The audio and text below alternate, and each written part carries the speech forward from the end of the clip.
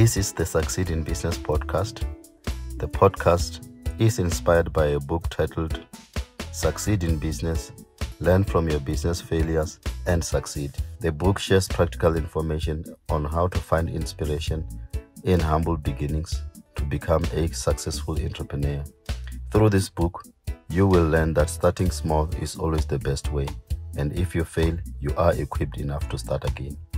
It also provides nuggets at the end that you need to read daily to know how to navigate challenges in your small business. If you want to get a copy of the book, contact Mpho Nenweli at 082-567-3099 on WhatsApp and on email mpho@anisa.co.za. The book costs 259 rands including courier. Hello everyone, this is Mpho Nenweli and this is the Succeed in Business podcast. This podcast will bring the best in you. Failure is inspiration. Success is within your reach. Do not give up. In today's episode, I'm going to be talking about the importance of education in starting and running a business. Education is something that's quite very pertinent. It's something that in Africa, we still have people who don't have access to good quality education, who don't have access to facilities, laboratories, sports facilities within schools, good quality schools with well-trained teachers. So the issue of education in relation to business is quite very important. I am going to be really looking at the question, is education important in running a business? And by education, I'm talking to both formal and informal education. I will identify examples of entrepreneurs in the continent who have run successful enterprises with or without formal education. I'll look at the issue of the flood of information that is available on the internet and on social media, including your YouTube, your Instagram. What is the significance of that information and how can it help an emerging entrepreneur in terms of starting and both running a successful enterprise? There's quite a lot of very important information within reach at a global scale, but one needs to know where to find that particular information. There are now websites where you can access experts across the globe, be they accountants, marketing experts, architects. A whole lot of people can be able to offer services across the globe. So we're living in an information age. So education really is something that we need to look at, in particular in Africa, just to be able to give an understanding to somebody starting or intending to start a business or already running a business, to say, is education really something that can contribute to the success of the business? Here in South Africa, we've got very good examples of people who made very significant success without really a lot of education. And one of those is a popular business person who passed away, I think at around 95, called Dr Mpho. He had a variety of businesses in property, he had a mall, big mall called Maponya Mall.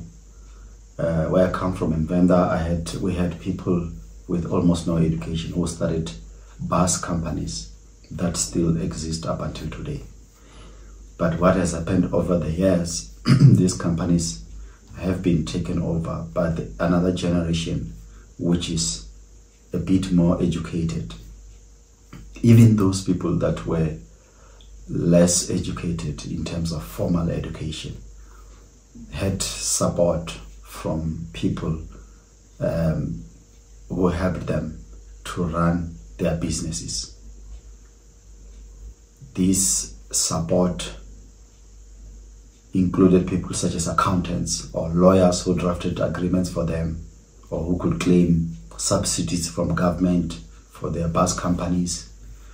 They had people that always supported them. So there's always sometimes an impression that people run businesses with no formal education and with no support from people with formal education, bringing in the relevant skills that are needed in a business, such as marketing, such as recruitment of the right people, such as accounting.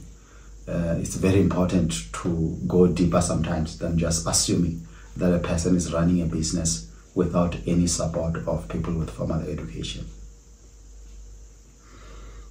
So I will explore more example deeply in this particular episode. Continuing again on the issue of starting a business with minimal education, I think in Africa, I would love to encourage people to not underestimate their potential, and they must not feel small because they don't have the formal education. Some of the people have got a lot of experience running small businesses from the start, and some of it comes from the way they were raised, the parents that raised them. I've got people like Dangote or Patrice Motsepe. These are some of the examples of people who grew up in business, families who ran businesses. So they had some form of understanding of business. That counts a lot in terms of leading to one being successful in running a business. But it's very important to ensure that one surrounds oneself with knowledgeable people, or one hires the best people around to ensure that the business succeeds. There's a very interesting example that people always draw upon internationally of a person like Steve Jobs, that he was a dropout from college, which is true. But the time that Steve Jobs dropped out from college, he continued to stay at the university in what we can call in our language, South African language, squatting with other people who were continuing their studies there. And at that particular point in time, he continued to attend the class on hieroglyphics, which is about Egyptian art of writing, which laid the foundation for developing the Apple keyboard, or the first computer. At the same time, Steve Jobs grew up in a family where the father was a mechanical engineer. So he used to fix cars, and Steve Jobs got exposure to that. So it's some form of understanding of engineering, which he was raised into, and he appreciated that. And it's something that obviously informed part of how he handled things when he started Apple as one of the biggest companies as we speak today. At the same time, he started the company Apple with Steve Wozniak, his friend, who happened to be an engineer.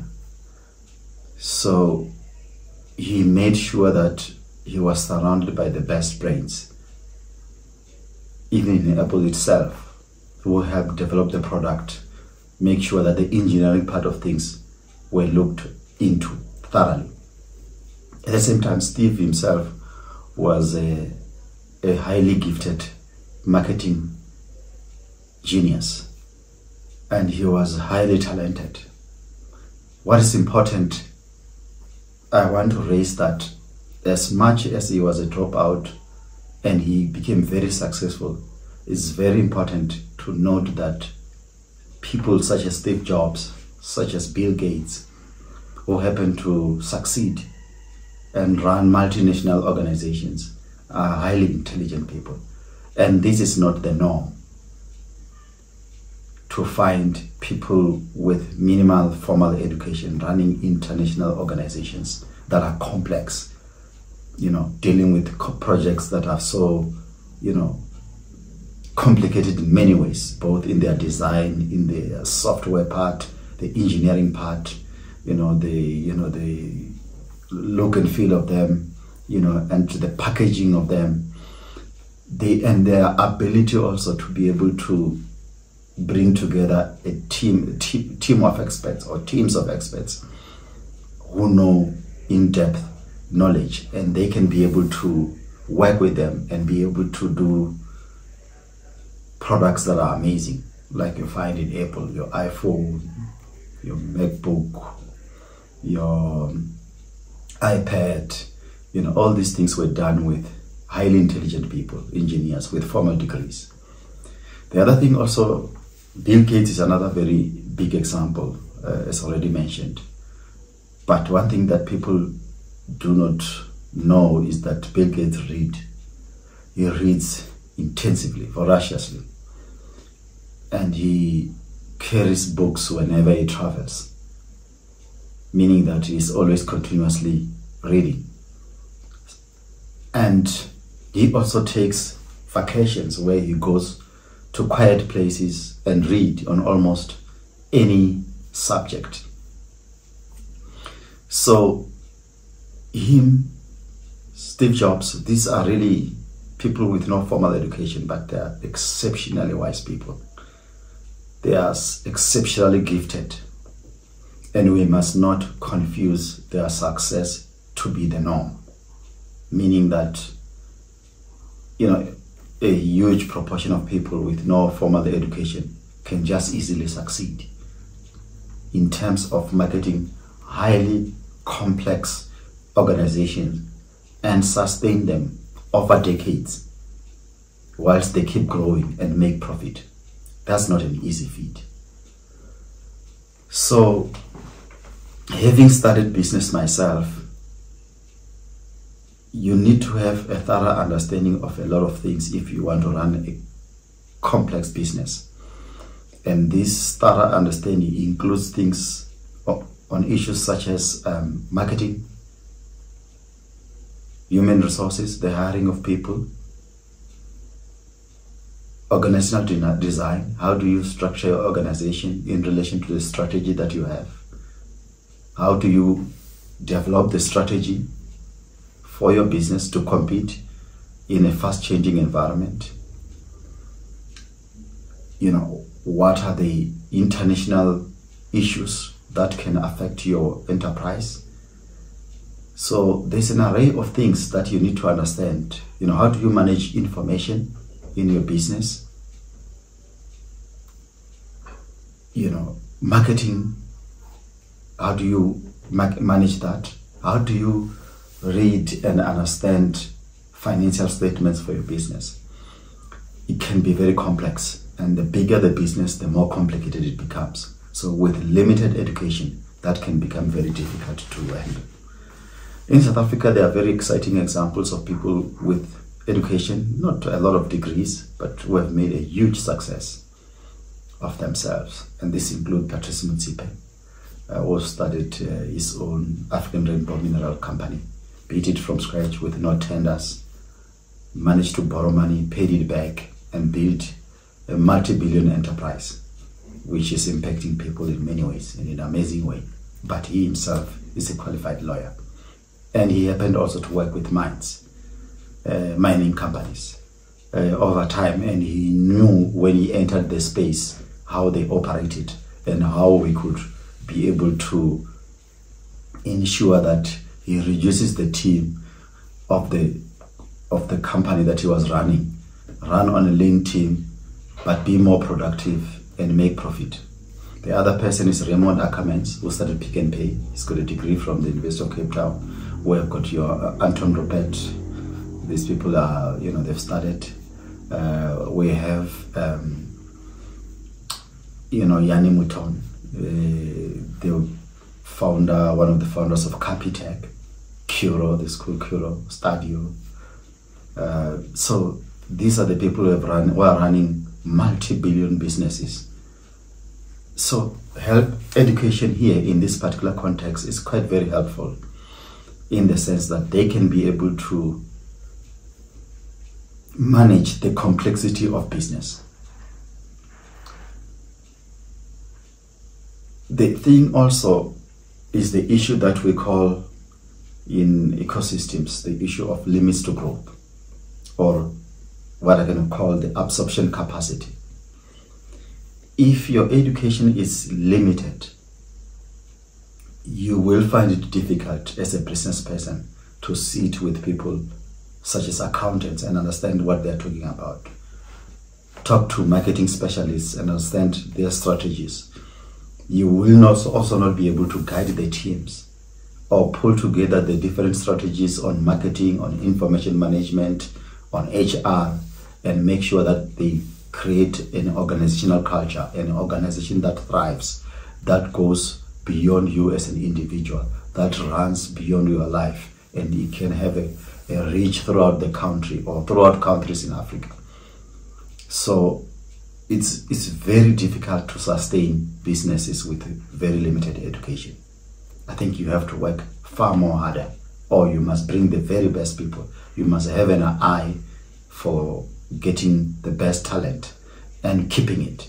You must be able to comprehend what the team around you tell you and be able to make decisions, because there's nothing more frustrating than having a person who is the owner of the business or the leader who is incapacitated in terms of arriving at decisions and enabling the employees to move and become productive. So you cannot be able to put up complex systems of running your own organization if you don't have any form of education. And by education, I'm not necessarily meaning having degrees. It can be certificates that are specific to your industry or specific skills, or it can just be reading extensively in relation to your own industry. But not having education really puts you at a serious disadvantage in terms of running a complex organization, in terms of growing your organization, in terms of making your organization or your business sustainable beyond you as an individual.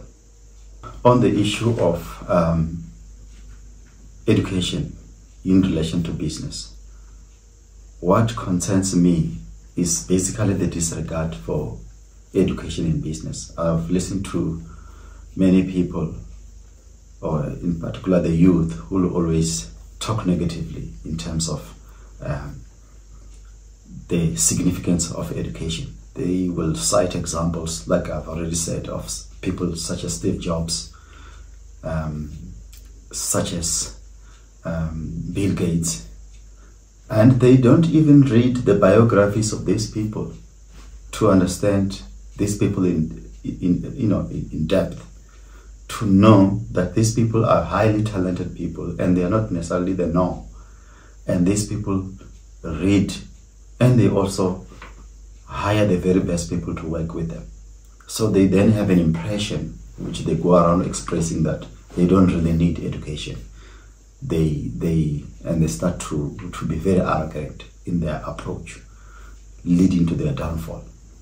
So why is there such disregard of education in relation to business, in particular in Africa or even in South Africa? I think the advent of tenders created a very serious problem in South Africa. So you have paper fillers, people that one of the media personality called Rulani Bailoi once said, these are just admin. She doesn't even refer to them as business people. They're people who are just waiting for somebody to compile a tender, and they go and complete the tender and go and submit. And it has created a new breed of entrepreneurs who get substantial amounts of tenders, huge amounts of money, without much understanding about the work that needs to be done, to the point that sometimes, supported by corruption, they just deliver no service at all, leading to a lot of huge losses of money that should be used to advance people, building schools, creating employment opportunities, addressing poverty. So really, the advent of tenders has brought a new breed of entrepreneurs. These entrepreneurs, they don't have a vision, most of them. So they will just fill in papers for the rest of their lives and wait for a tender. If the tender is no longer available, there's not much they can do. The sad thing is they get exposed to so much money, some of them, that can be used to open factories, that can be there for the rest of their lives, and that can benefit other people. But I guess it's far easier to get money through, obviously, corrupt means and not have to work hard. So this creates the whole notion that government wants to empower entrepreneurs when money is given to these tenderpreneurs that have no interest in business at all, except enriching themselves and living luxurious lifestyles. They don't see themselves as business people or people who are there to solve any problem, either environmental or social or economic.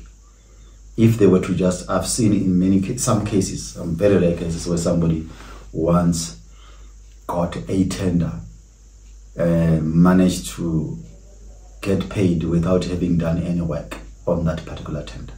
That's how extreme it gets. That's simplicity. One South African politician called Matthew Sposa was once asked if he does do tenders, and he once said a tender is like a fly.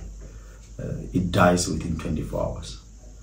And that was just basically raising the fact that some of the culture that tenders create in terms of those entrepreneurs who get the tenders, it's not sustainable.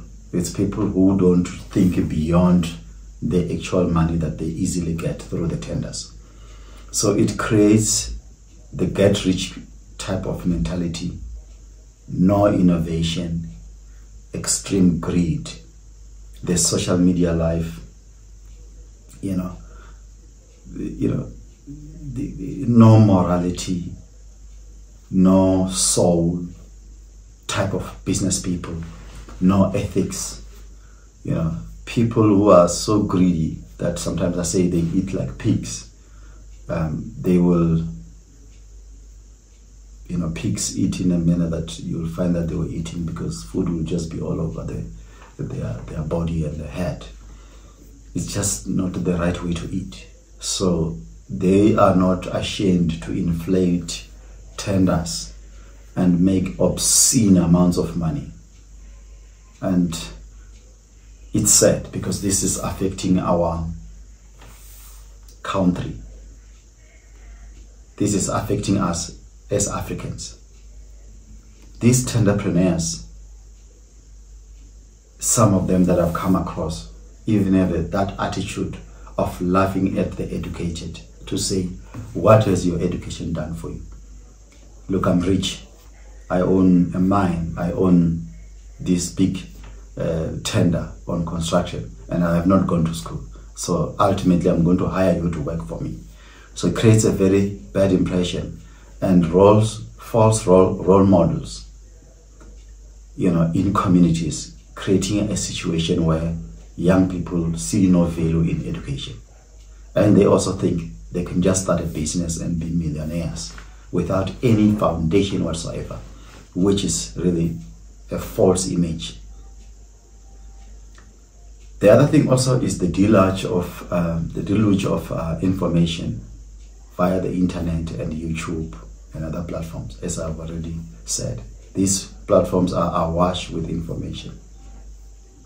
Most of it very useful, but there's also quite a lot of information in the same spaces like your YouTube and internet, which is completely not useful. And the sad thing is that it takes education to separate good and usable information from the trash that you can find on the internet. If you don't have any foundation, any education, any ability to research and go deeper on understanding your industry or where you want to invest money, the likelihood is you will use the trash that is provided by the internet to try and experiment in terms of running your small business, and it will create a huge problem. Financial losses can affect your life, your health, can destroy your life completely. That's why I'm saying some foundational education is quite very critical when running a business.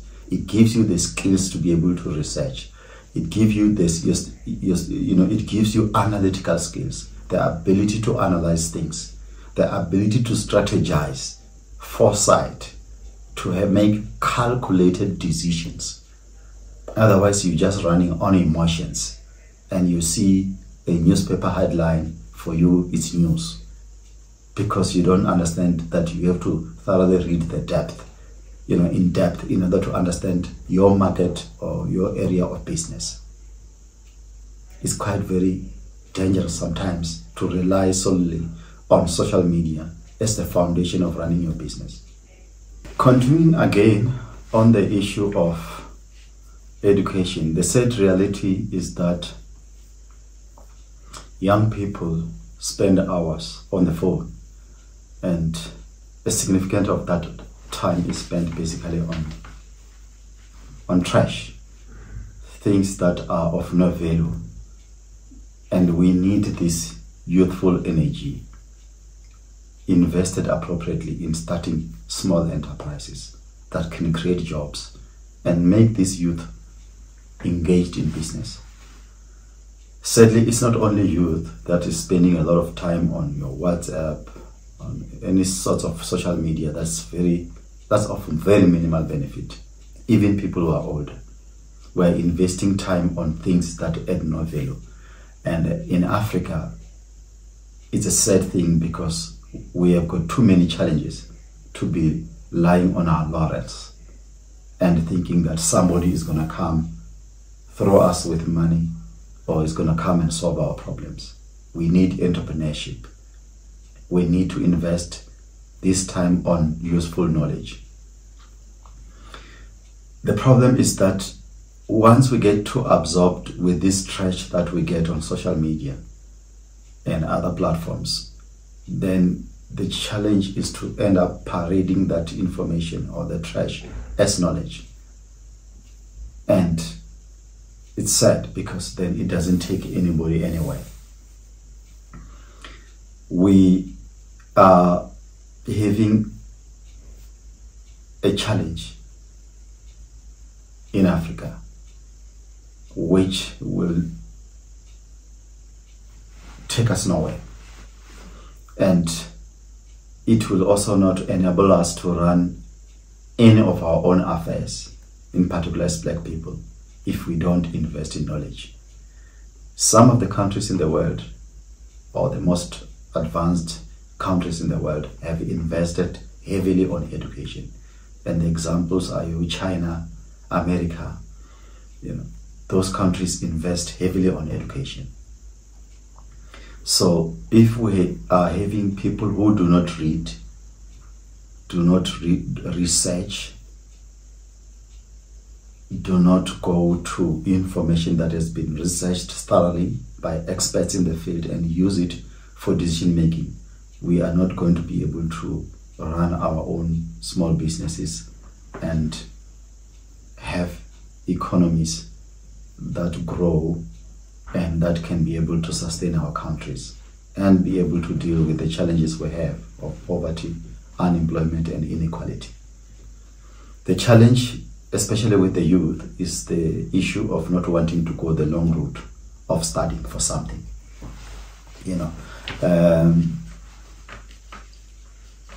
And yet these young people end up with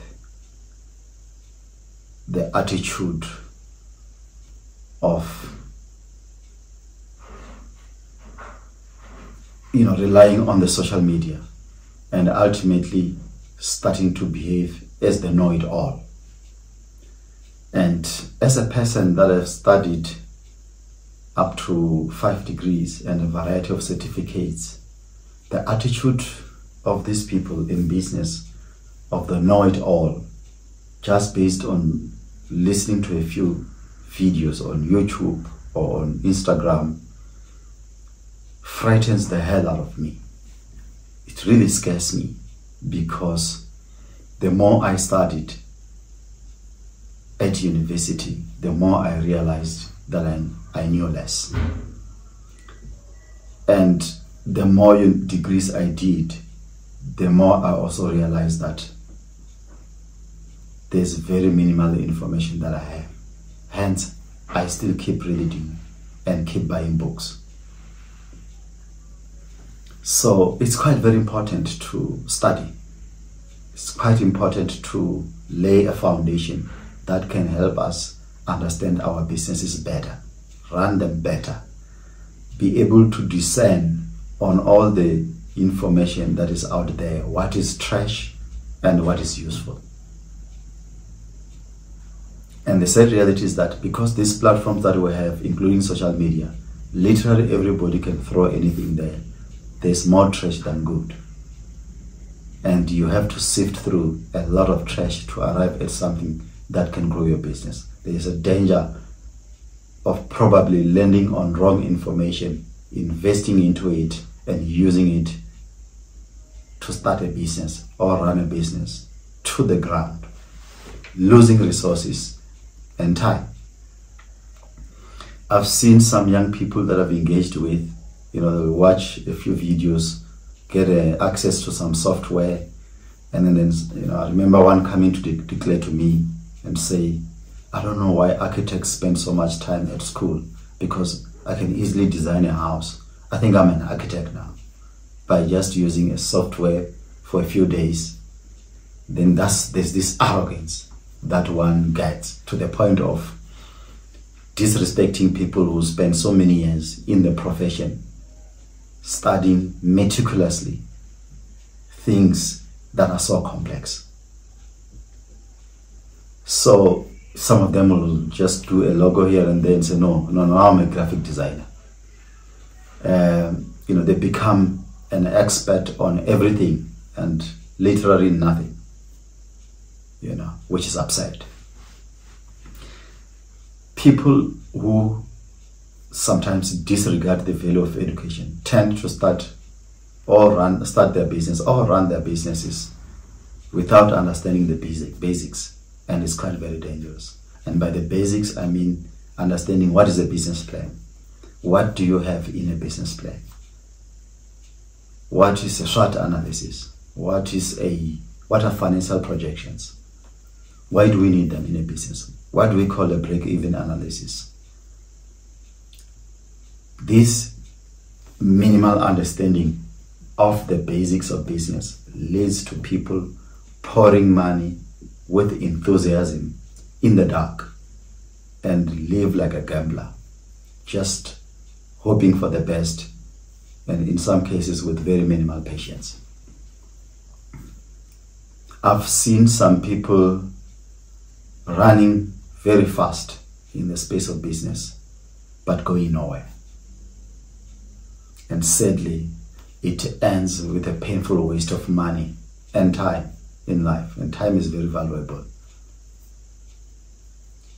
And this YouTube generation at times is quite very confused.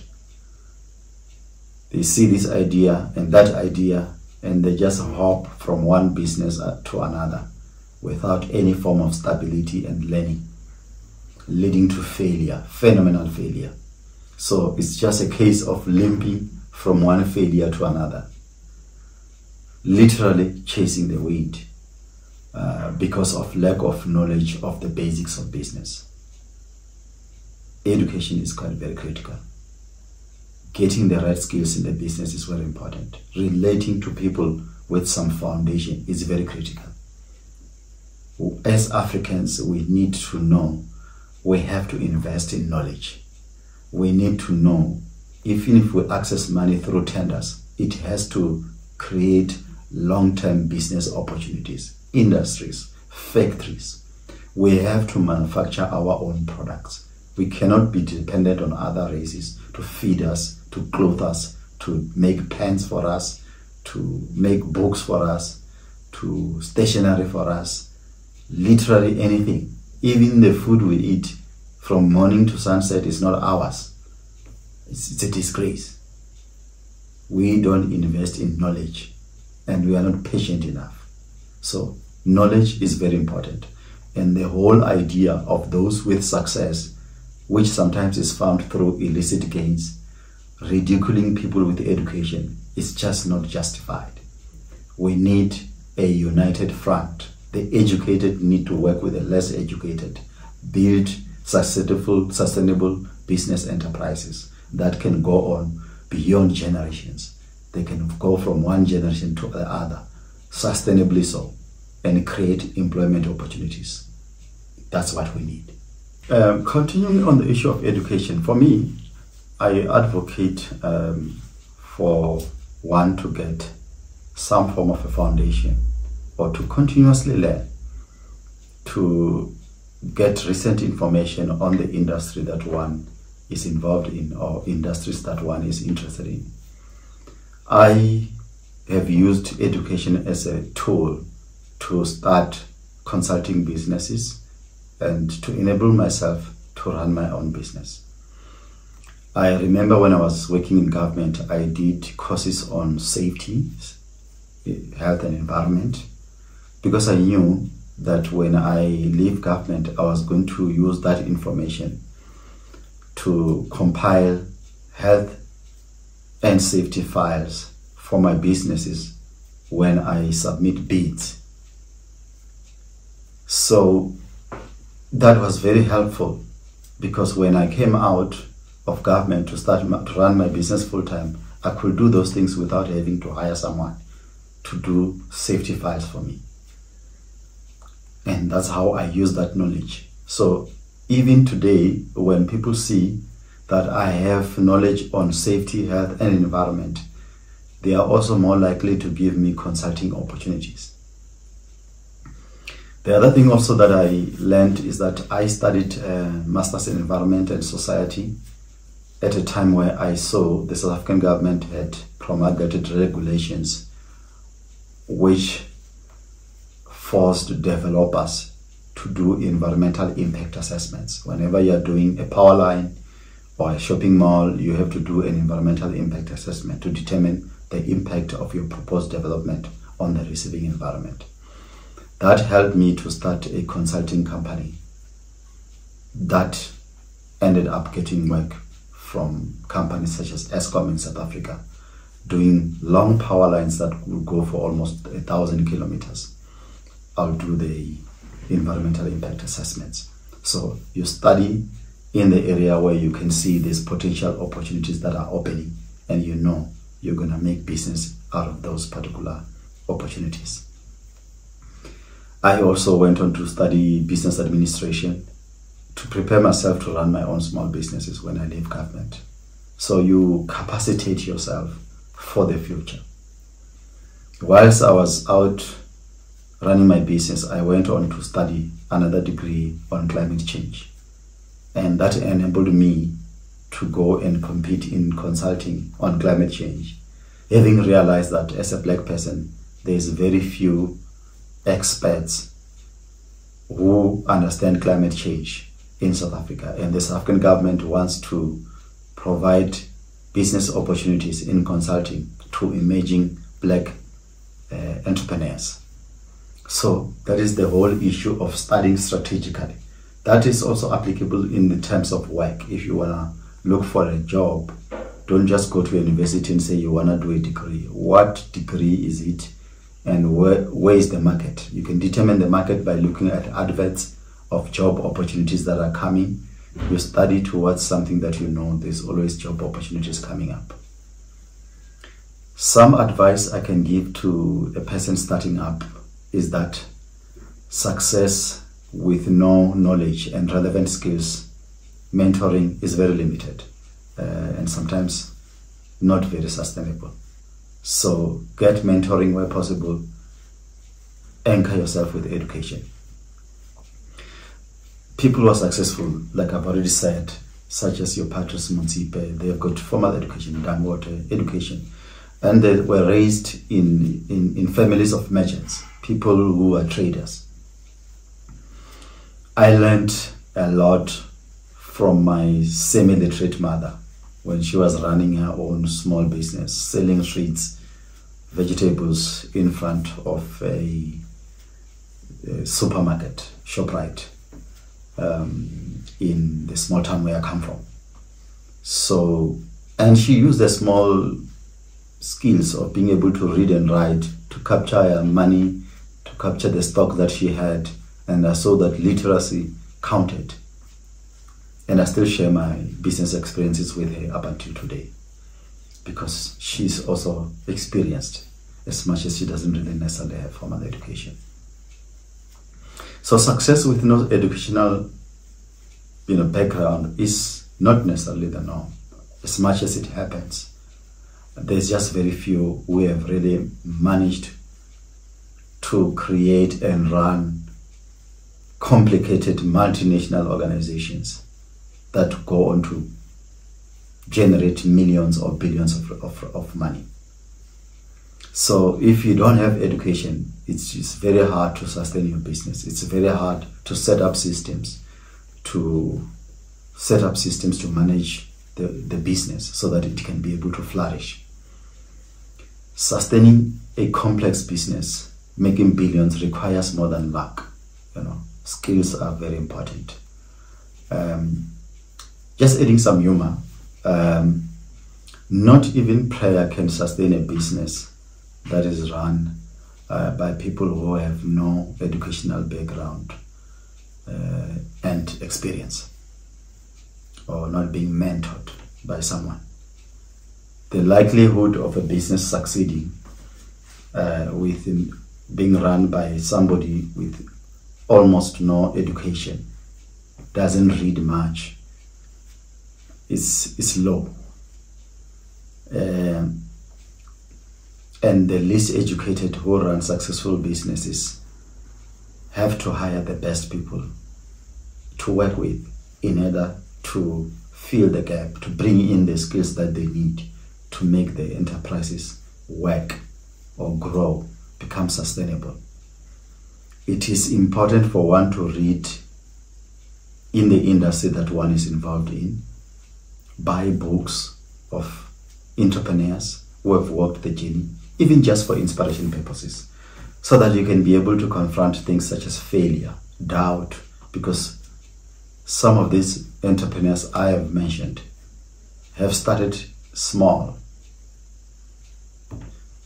Steve Jobs started Apple in a garage. So many people started their businesses within their study rooms with their fellow students. So education is quite very important. Go do specialized certificates which relate to your business, even if it's just for a week or for a short period. That will help you ground your business with knowledge. A diploma, if possible even a degree. Knowledge is paramount. It can sustain you in the long run. If things fail, if you have studied for a degree, you have the possibility of going back and seek for employment. You don't just get stuck. So it's education. For me, I continued to study even after I left my full-time employment while running my business as a form of risk management. Whilst you empower yourself with knowledge and some form of skills or degrees, you make yourself very highly employable. So if everything fails within business, you have something to fall back on. That's why I encourage anyone starting a business to ground themselves with knowledge. Also, you might at some point in time not want to run your business and want to get employed somewhere. So even if you have a good experience showing that you did well in the business, it may be very hard for somebody to hire you without you being able to write a report, being able to demonstrate that you have got the theoretical understanding of what you have been doing in your business. So you need to complement your practical experience sometimes with your theoretical knowledge. Learn from other people and bring this together into a powerful force. It is very important that degrees and other forms of qualifications can contribute to laying a foundation for success in business. But it doesn't mean also you just have to study for any degree. You have to look for a degree that relates to your own industry. Some degrees, you may end up doing quite a lot of courses that have no use for your industry or your business. So you have to be highly selective and know you choose the right qualification to lay a foundation to running a complex business. It's important to start studying sometimes at the beginning of your business before it grows and the responsibility grows with it and it becomes unmanageable. And then it's not that easier to leave your business and go and study full-time, or you may not even have the time to study part-time. So rather do it at the beginning of the business. What is important is to research deeply in the industry in which you are involved. You are doing business, so that you can be able to understand the dynamics within the industry. I've seen some people make comments like, one company will close in a particular industry and they say the industry has collapsed. They make very broad, sweeping statements that have no relevance and they're not based on any research because they saw a headline or a newsletter. Things sometimes are more complex than what you see. What happens to one company in an industry doesn't determine what is happening in the whole industry. It can be an isolated case.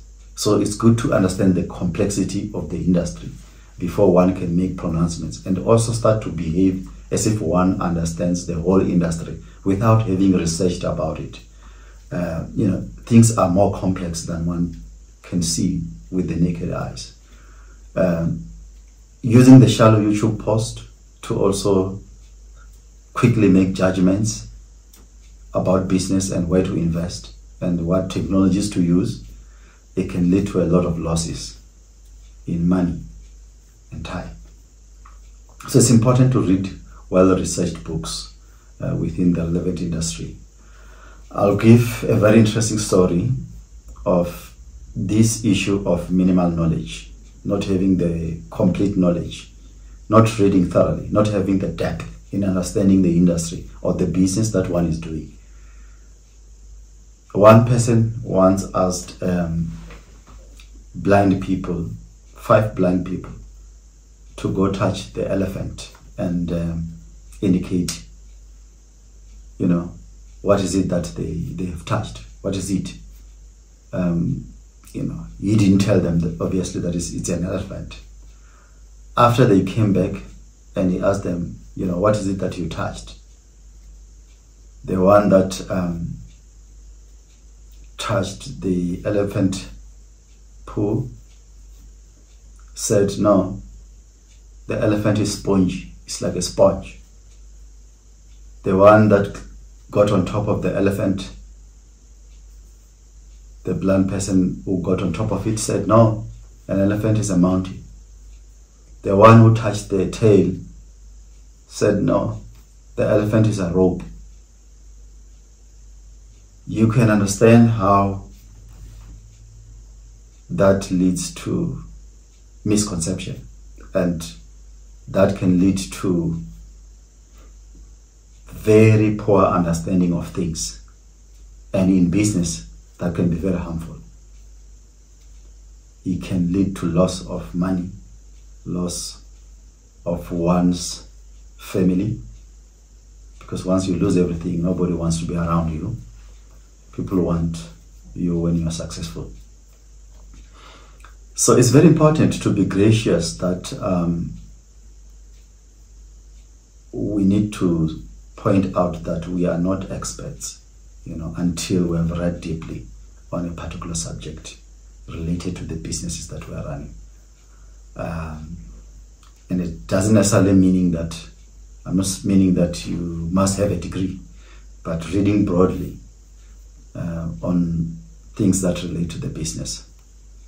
Not using newspaper headlines to declare ourselves experts and make industry-wide speculations and assumptions. I think that's very bad. It's not the way to go. It's not sustainable, and it's not something I promote. And knowing a few headlines and videos does not really make one an expert on anything.